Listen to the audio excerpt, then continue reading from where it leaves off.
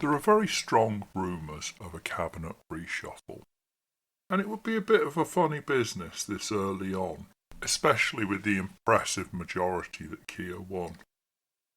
But there's trouble at mill. Not everything's right, is it?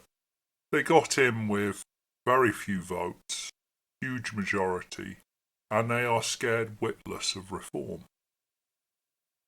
And they're not performing. Even a Labour supporter must feel that the way they went after the old and the way that they are going after the farmers for a small amount of money, which will be crippling to those farmers, is a little bit odd. Someone has to grow the food. Isn't it better if we grow it ourselves? Rachel Reeves was lauded as the first female Chancellor, a great achievement for modern civilization. At least Labour finally got a woman in a top job. But after many months of planning for her budget hasn't delivered the growth that was promised. And considering she's legislating and taxing heavier and heavier, she's not going to get growth. But then there are the concerns about how truthful she was. Now, we don't say lie like we did when Boris said that he didn't have a party. We say misled, because that's the polite way of saying it. That's how you treat Labour MP. Well, she rode out the fact that this economist with a decade at the Bank of England defines a decade as 5.5 years, a year of which seems to have been spent somewhere else. But there are nagging questions. That post on LinkedIn, which highlighted her real career, Rachel at accounts, also hinted at her being booted out of the bank. And there being records of that booting out from the bank, and it not being a leaving, but a leave or you'll be pushed. And my nagging doubts about this just haven't gone. The whispers that we've not got the whole story. She's not just not an economist in the way most people might define it, but she also left unceremoniously. Now, we don't know the details, and I'm sure they won't release them. I saw a video where someone was asking the bank to release them. I'd be shocked if a bank released HR documents like this. I certainly wouldn't bank there if they did. But there are doubts over her. The problem for Keir is the Chancellor isn't just any old cabinet minister. The Prime Minister isn't the head of state. The Prime Minister is the First Minister. And that First Minister selects and appoints the Chancellor. He takes care of the overall broad sweeps of what the government is going to do, and she takes care of how it's paid for and what money will be available. She has much more power than any of the other ministers. This is why Brown was Chancellor the whole time that Blair was in.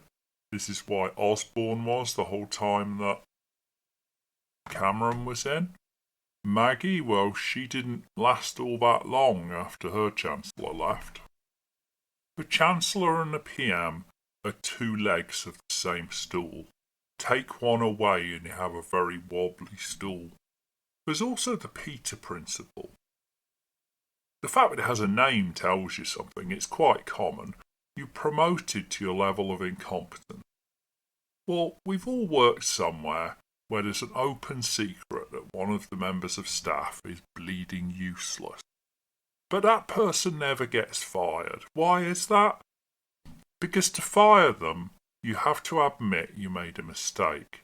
You have to admit that you thought they would be a good Chancellor and they weren't.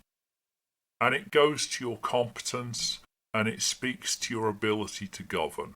And it undermines you as a Prime Minister if you chose wrong in such a key post. So I'm not convinced he'll get rid of her.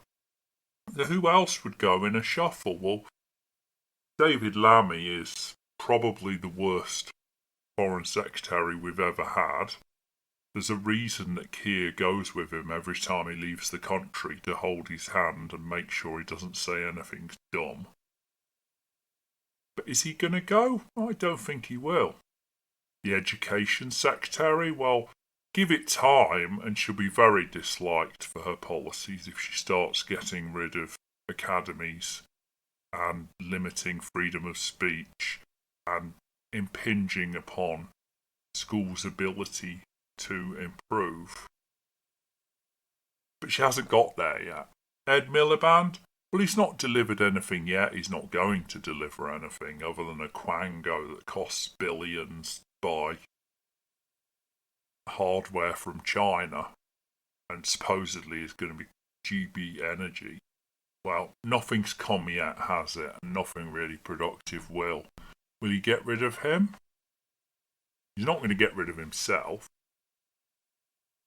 So who would go?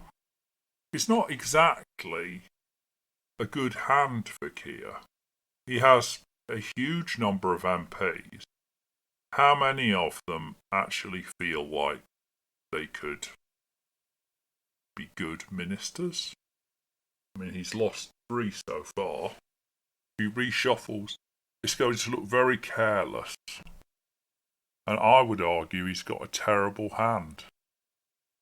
This is the best he's got.